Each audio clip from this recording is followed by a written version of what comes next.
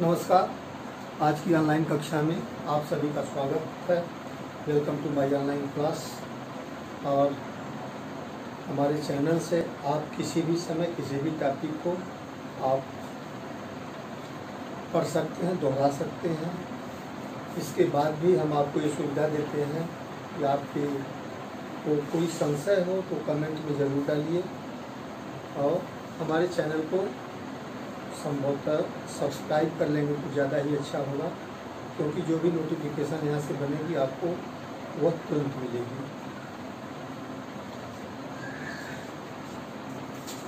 Online कक्षाओं की श्रृंखला में आपको रसायन विज्ञान पढ़ाया जा रहा है। रसायन विज्ञान में रासायनिक प्रक्रियाएँ विज्ञान का पहला चैप्टर है, ये पढ़ाया जा रहा है। और इसमें रासायनिक प्रक्रियाएँ होती क्या हैं। पहले वीडियो में आपको कुछ रासायनिक तत्वों के प्रतीक बताए गए थे, रासायनिक सूत्रों को कैसे लिखा जाता है संयोजकताओं के आधार पर ये बताया गया था। इसके बाद रासायनिक प्रक्रिया क्या होती है, रासायनिक प्रक्रियाओं के संपूर्ण होने की पूर्ण होने की सूचना कैसे मिलती है, कैसे पहचान सकते हैं कि अमुक रासायनिक प्रक्रिया पूर्ण है अथवा नहीं है। उसके लिए अवस्था में परिवर्तन होता है, रंग में परिवर्तन होता है, ताप में परिवर्तन होता है, गैसों का निर्माण होता है और अवक्षेप का निर्माण होता है। प्यारे बच्चों, ये एक एक टॉपिक आपके लिए इस संकट की घड़ी में बहुत ही इम्पॉर्टेंट है। और हम ईश्वर से ये प्रार्थना करते हैं कि ये ऑनलाइन कक्षाएं बहुत जल्दी ही वास्तविक कक्षाओं में परिवर्तित हों, जिससे हमारा और छात्रों का संपर्क सीधे सीधे हो, आमने सामने हो। और इसके बीच में जो ये कोरोना संकट आया है, इसे ईश्वर बहुत जल्दी से जल्दी दूर करें। इसी कामना के साथ हम अपनी कक्षा पे पुनः वापस आते हैं। तो रासायनिक क्रियाओं के पूर्ण होने की पहचान, अवक्षेप का निर्माण, गैसों का निर्माण, ताप में परिवर्तन, रंग में परिवर्तन, अवस्था में परिवर्तन ये होता है। और रासायनिक समीकरणों को संतुलित कैसे किया जाता है। कोई भी रासायनिक समीकरण लिखते हैं हम, वो समीकरण तभी सही माना जाएगा, तभी पूर्ण माना जाएगा जब वो समीकरण संतुलित हो। संतुलित होने से अभिप्राय ये है कि रासायनिक समीकरण के दो पक्ष होते हैं, बायां पक्ष और दाहिना पक्ष। रासायनिक समीकरण के दो पक्ष होते हैं, बायां पक्ष और दाहिना पक्ष। दोनों पक्ष में एक या एक से अधिक तत्व या पदार्थ रहते हैं। तो बाएं पक्ष में तत्व या जितने तत्वों की जितनी संख्या होनी चाहिए उतनी ही संख्या दाहिने पक्ष में होनी चाहिए। अगर ऐसा है तो वो समीकरण संतुलित है, अन्यथा संतुलित नहीं है। इसे संतुलित करने के लिए हमने एक उदाहरण बताया था मैग्नीशियम और ऑक्सीजन की अभिक्रिया का, और उसे संतुलित करके आपको समझाया गया था। और हम एक दूसरा समीकरण लेते हैं संतुलित करने के उद्देश्य से। आपकी किताब में दिया हुआ है कि निम्न के संतुलित समीकरण लिखिए। सोडियम प्लस जल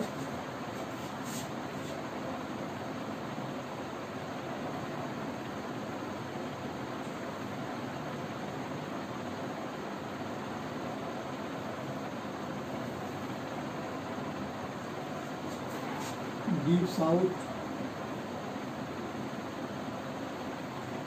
sodium hydroxide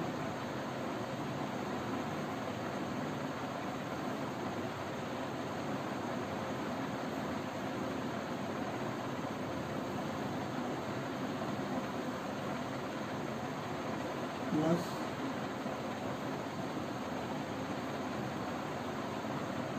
hydrogen.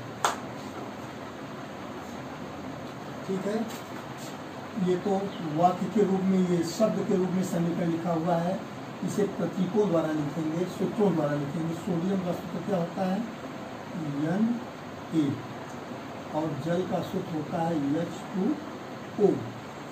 Sodium hydroxide का सूत्र होता है NaOH, और हाइड्रोजन का सूत्र होता है H2। हमने बताया था कि समीकरण को संतुलित करने के लिए सबसे पहले क्या करते हैं, हम बॉक्स बना लेते हैं। ये बॉक्स भी बना दिया, 2 बॉक्स बाएं पक्ष में बनेंगे और 2 बॉक्स दाहिने पक्ष में बनेंगे। इसके बाद हम एक सारणी बनाते हैं, यहाँ पे तत्व लिखेंगे, आपको बताया गया है, और यहाँ पे LHS या बायां पक्ष भी लिख सकते हैं, और यहाँ पे RHS लिखेंगे। ठीक है, तो तत्व क्रिया में भाग लेने वाले तत्व कौन कौन से हैं? सोडियम है, ऑक्सीजन है और हाइड्रोजन है। सोडियम की संख्या बाएं पक्ष में कितनी है देख लीजिए, 1 है। ऑक्सीजन की संख्या बाएं पक्ष में कितनी है? 1 है। और हाइड्रोजन की संख्या बाएं पक्ष में कितनी है? H2 लिखा है, इसका मतलब 2 है। ठीक है, और अब सोडियम की संख्या दाहिने पक्ष में 1 है, ऑक्सीजन की संख्या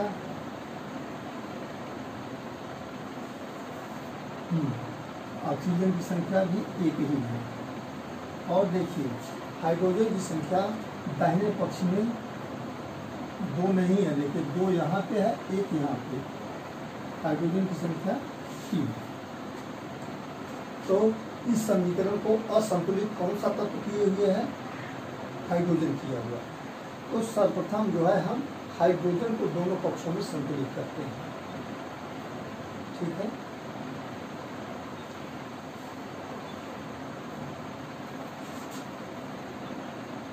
इसके लिए करेंगे क्या? अब इधर बाएं पक्ष में 2 है, इधर दाहिने पक्ष में 3 है। हाइड्रोजन 2 पदार्थों के साथ जुड़ा हुआ है, सोडियम हाइड्रोक्साइड के साथ जुड़ा हुआ है और स्वयं है। हाइड्रोजन स्वयं है और सोडियम हाइड्रोक्साइड के साथ जुड़ा हुआ है।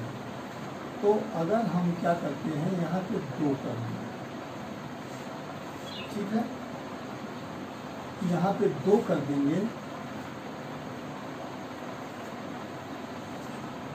तो हाइड्रोजन इधर हो जाएगा 2 और 2, ये 2 हाइड्रोजन यहाँ 2, ये 4 हो जाएगा।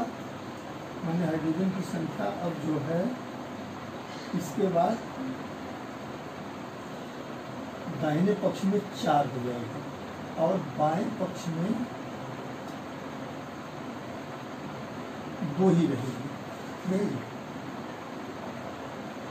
2 ही रहेगी। ठीक है, तो बाएं पक्ष में भी हाइड्रोजन की संख्या 4 करने के लिए हम यहाँ पे 2 से गुणा करते हैं, यहाँ पे 2 लिख देंगे। देखिए हाइड्रोजन जो है दोनों पक्षों में 4 और 4 हो जाएगा। ये देखिए 2 दूना 4 हाइड्रोजन यहाँ पे और 2 ये और 2 ये, 4 हाइड्रोजन जो है संतुलित हो गया दोनों पक्षों में। ठीक है, ओके। अब जरा सा हम जो है ऑक्सीजन और सोडियम को भी चेक कर लेते हैं कि ये परिवर्तन करने पर इन पर भी प्रभाव पड़ा है कि नहीं पड़ा है। ऑक्सीजन को ही देखते हैं पहले। ऑक्सीजन बाएं पक्ष में पहले 1 था, अब ये 2 हो गया है, ओ दूना। ठीक है, और दाहिने पक्ष में जो है ऑक्सीजन पहले 1 था, अब जो है ये भी क्या हो गया है 2। ऑक्सीजन जो है बैलेंस है, ये भी बैलेंस है और ये भी बैलेंस है, दोनों संतुलित है। ठीक है,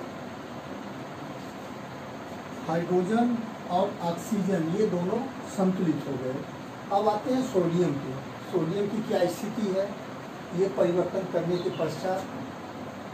देखिए सोडियम यहाँ पे 1 है बाएं पक्ष में और दाहिने पक्ष में जब 2 का गुणा कर दिए तो ये 2 हो गया। ठीक है, तो हम क्या करेंगे, तो यहाँ पर भी 2 से गुणा कर देंगे तो सोडियम इधर भी 2 हो जाएगा और दाहिने पक्ष में भी 2 हो जाएगा। अब पूरे समीकरण को चेक कर लीजिए, ये संतुलित हुआ कि नहीं हुआ। पूरे समीकरण को देख लीजिए। सोडियम को ही देखते हैं, बाएं पक्ष में 2 दाहिने पक्ष में 2। ऑक्सीजन को देखते हैं, बाएं पक्ष में 2 और दाहिने पक्ष में 2, ये O का दूना 2 हो गया। फिर हाइड्रोजन को चेक करते हैं, ये बाएं पक्ष में 4 है, 2 गुना 4, और दाहिने पक्ष में 2 यहाँ और 2 यहाँ, 4, माने ये समीकरण अब संतुलित हो गया। अब क्या करेंगे कि इसी समीकरण को बाद से हटा करके लिख देंगे। यहाँ पे लिख लेंगे संतुलित समीकरण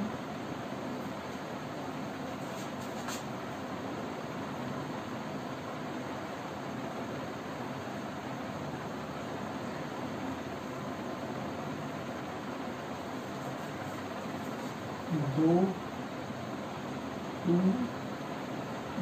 बाक्स हटा देंगे तो ये प्लस 2 बाक्स हटा दीजिए, ये क्या हो जाएगा H2O गिव्स आउट 2